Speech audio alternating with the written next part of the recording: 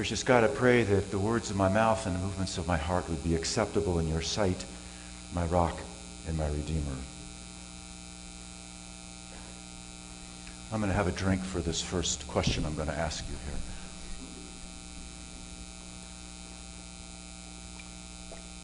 Ever have a fight with your spouse?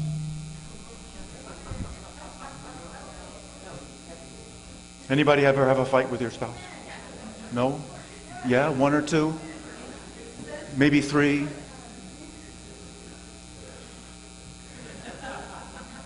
This side over here, I guess, is really holy. Okay, they haven't.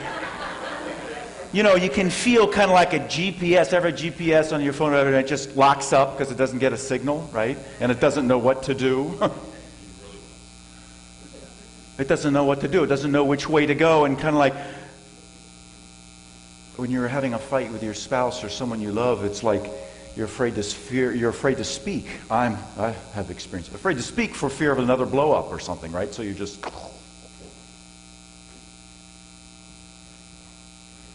It's a little bit like maybe more than a little, like our national state of affairs right now. Kevin Anderson, a good friend of mine from Toledo, he writes, whether the candidate you voted for won or not, many of us on both sides are feeling a funk. Something like what spouses feel after an ugly marital spat, and he should know because that's what he does for a living. He's a therapist. The mixture of anger and frustration, disbelief, guilt, shame, feeling fundamentally misunderstood. Anybody feel fundamentally misunderstood? It ever happened in your life? Yeah. It's okay to say yes. It's okay to say yes. And this can lead to a desire to withdraw and to cut off all conversation and to rehearse how dreadfully wrong the other side is. And just rehearse that in your head. Am I the only one that does that? No. At such moments, there appears to be little clarity about how to heal the rift, except some vague hope that somehow the passage of time will bring a return to normalcy. Comparing our recent election in a cycle to a marital fight works, he says, because if we're honest, most of the tensions that we see played out on the big world stage are familiar to us in the smaller circles of our lives. As they were in biblical times too. Paul or one of his disciples that wrote this text that Ken read and wrote that letter to the Colossians, the Christians in a town called Colossae in modern-day Turkey. They were a very conflicted community. Lots of different passionately held commitments were swirling around, and yet all claimed to be Christ followers. Kind of like all Americans, we all claim to love our nation, but we have different notions of how to express that. It seems that like us, the Colossians too were one fed up with those who have the most money calling the shots. They wanted their leaders to tell the truth, but sometimes they settled for lots of spin, something less than the truth. They settled for that. And the weaker among them at that time, not too dissimilar from today, all women for one, any outsider for two, anybody with any kind of a disability, three, felt especially threatened and unsafe in their communities. Does this sound familiar? There was lots of objectifying of different others. Once you can objectify someone, then it's okay to treat them in an inhuman way. And objectifying can only happen at a distance. It can't happen when you're close and you get to know somebody. That's why we humans like to keep distance, build gates and walls, because then that makes objectifying easier. They, kind of like us, perhaps too, I know sometimes I find taking my own feelings as objective fact, and it's strong somehow. The more strongly I feel something, that somehow that's more objectively true for other people, and there's no necessary connection between the two.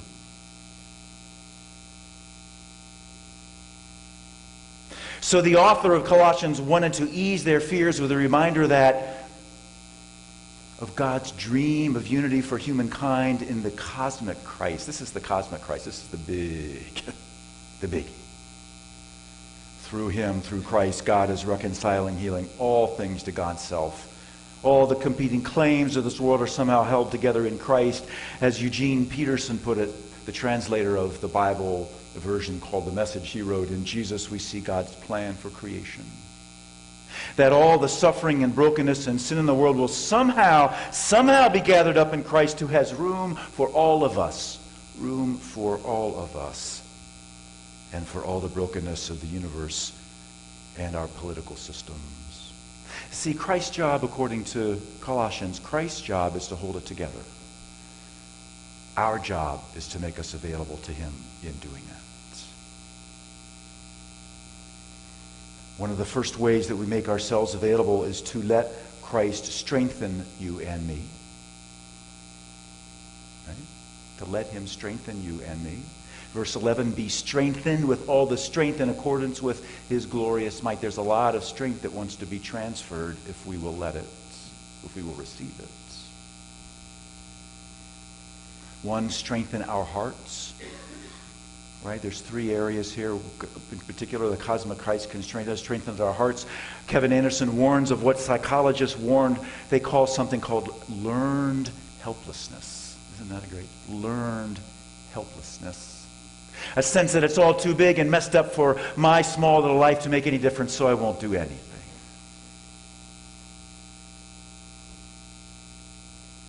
And I'm reminded that history isn't made by extraordinary individuals, the great or the terrible leaders. History is not made by them, even though history books will tell you that, but that's actually not true. History is made by everyday actions of people like us, right here. And what we say or what we do now and when we leave and tomorrow and Tuesday, that's what makes history, not who won the election or who lost the election. Second, allow Christ to strengthen our minds and our thinking. Email, Twitter, Facebook are humming. Lots of it is unhelpful. A lot of anxious folks turn to that and they only are more anxious. Remember last week when I was going to Cincinnati for my mom's 90th birthday, I was sitting next to this guy. His name was John, and we were talking a little bit. I kind of broke the ice. I said, "What did you think of what happened on Tuesday, November 8th?" It took me about half an hour to screw up my courage to do that, but he was glad that I asked the question, and I said I really wanted to hear, and he was happy to tell me. As it turned out, we voted differently, but actually we want the same things by and large for our country. He said, because what I said, it seems to me that a lot of the divisiveness goes back to the 90s, early 90s when Gingrich was Speaker of the House and Clinton was president. That set a pattern. This is kind of how I see it. And he kind of didn't deny that, but he said, "You know what I think it is, Jim?" And I had my smartphone. He says, "I think it's that." He says, people are communicating electronically instead of face-to-face. That's his take. We need more face-to-face. Oh, wow. There's wisdom. Reminds me, don't believe everything you think, right? Don't believe everything you read. Don't believe everything you feel. Don't believe everything you hear. So I'm trying to make a point now to monitor my exposure to social media. Have a Facebook-free day. Imagine that. Month. Take a break from the news cycle. You don't need, I don't, and you may not either. You don't need to be up with everything. My beloved NPR, a lot of it's just blah, blah, blah, blather this or that. I'm going, geez. I'm anxious before I even get to work. What's that about? Jim, just go sit and play with your cat. He's trying to get your attention.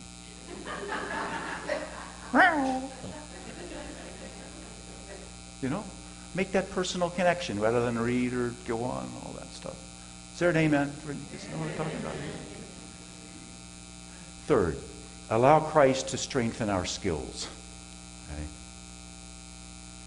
First our hearts, then our minds, and our thinking. Third, our skills, especially communication skills.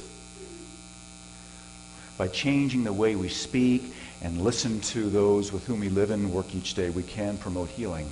And this is where Anderson says, he says a question that he picked up from the world's top marriage researcher on what makes marriages work and not work and struggle and blah, blah, blah, right? This guy named John Gottman.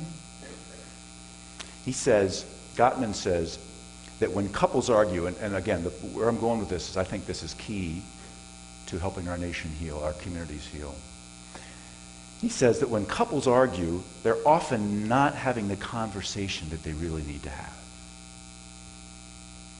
There's a deeper layer that they're not getting to because they have become so aroused against one another. And the question that gets us to the conversation that we really need to have, see, the point is, when the couples argue, they're not arguing about the real point.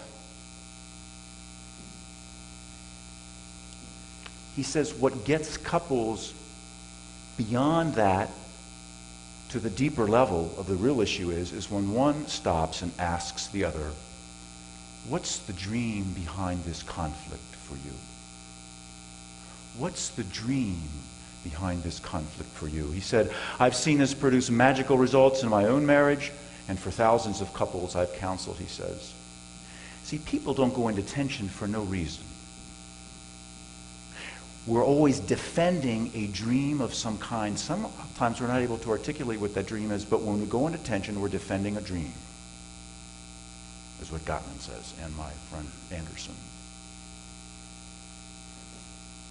And when we listen to that dream, we can avoid the cycles of fruitless debate mode battles that, in my view, our political leaders are locked into right now, and they want us to be locked into it because then they can control us.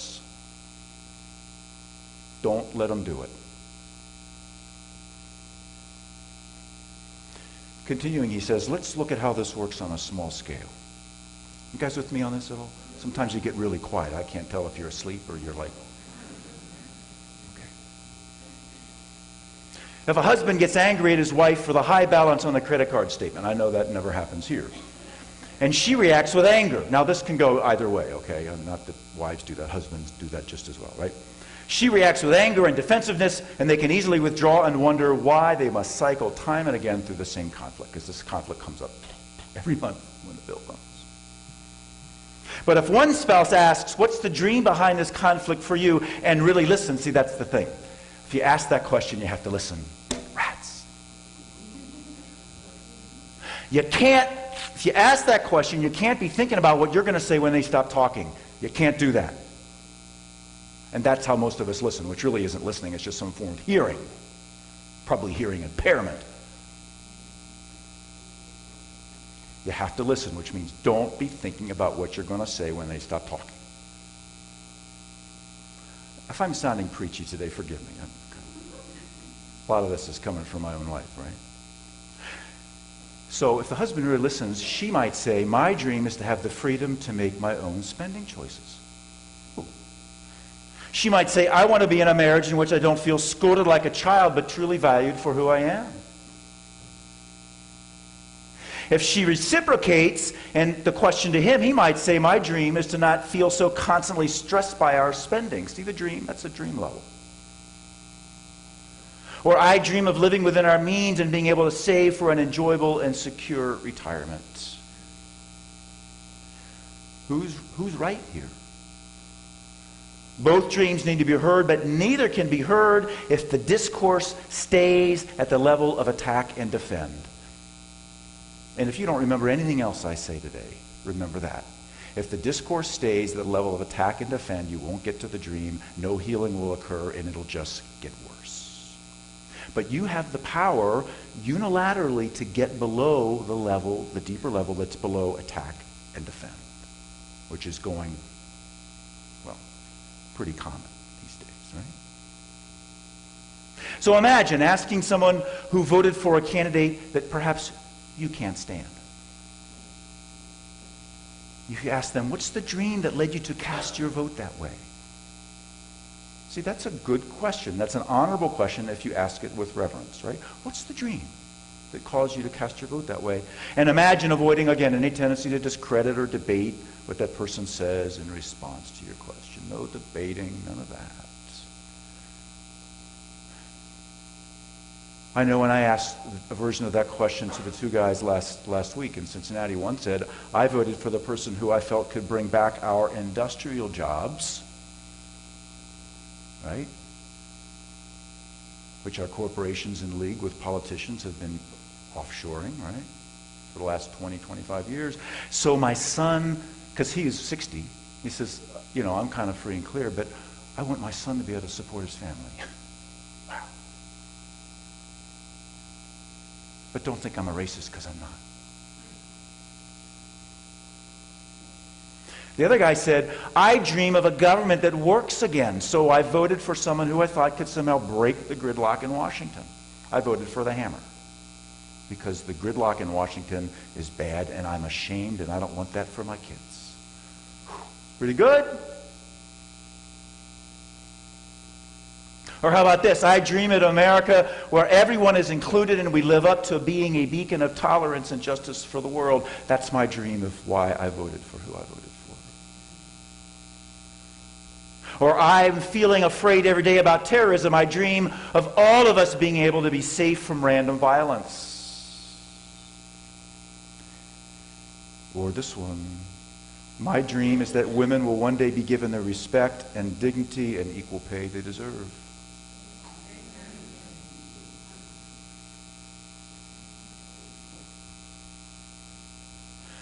How about this one?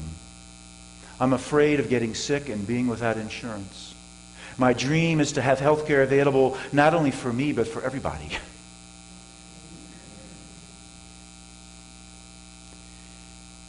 Another, my business is really struggling with regulations, with health care costs. My dream is to keep the doors open and to grow and to not lay off any employees. I don't want to lay them off.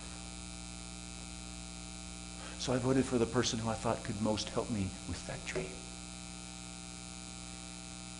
And lastly, I'm concerned about the viability of our planet. So my dream is to preserve it for all human generations to come and for all other living things.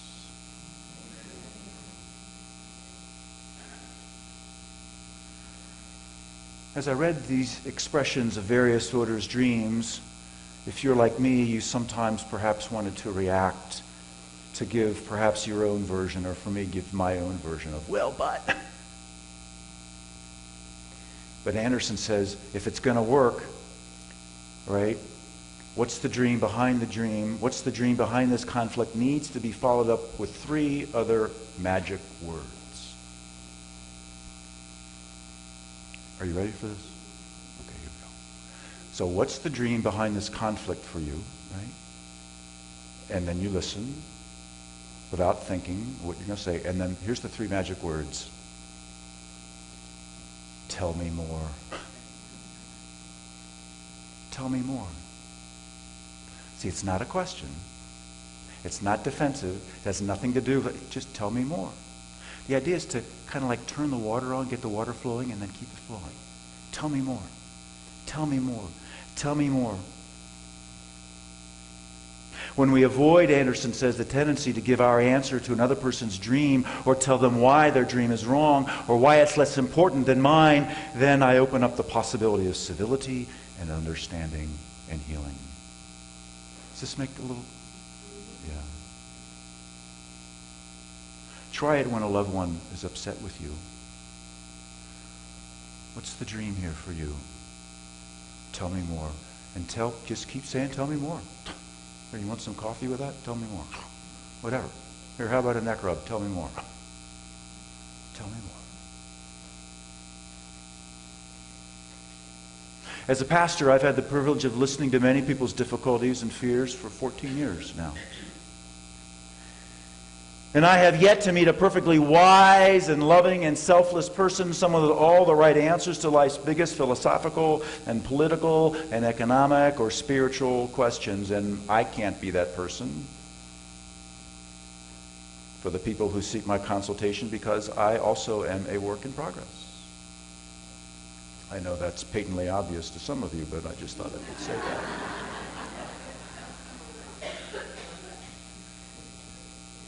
But I can offer the question to someone. I can offer them, what is your dream here? What is your dream with this, whatever this is, right? What's your dream? And I can follow it up with, tell me more. That I can do. So your homework for this week, should you choose to accept it, and you can say yes or no and negotiate, okay, is to practice that. Practice that with someone that you're in a bit of conflict with. No, don't go out and pick a fight just to practice. Maybe we'll have a lab somewhere. Yeah, all right, okay. But when you feel a tension come up, that's the signal. When you feel it, just stop. Okay, I'm at the level of attack and defend. That's not going to get us anywhere. That's going to make it worse. I need to drop to a deeper level. So, honey, or maybe it's not your honey, a workmate, right? What's the dream here for you? And then the second thing is, tell me more. And I believe that if we start offering that to one another more often, we can begin to feel like one nation again, indivisible.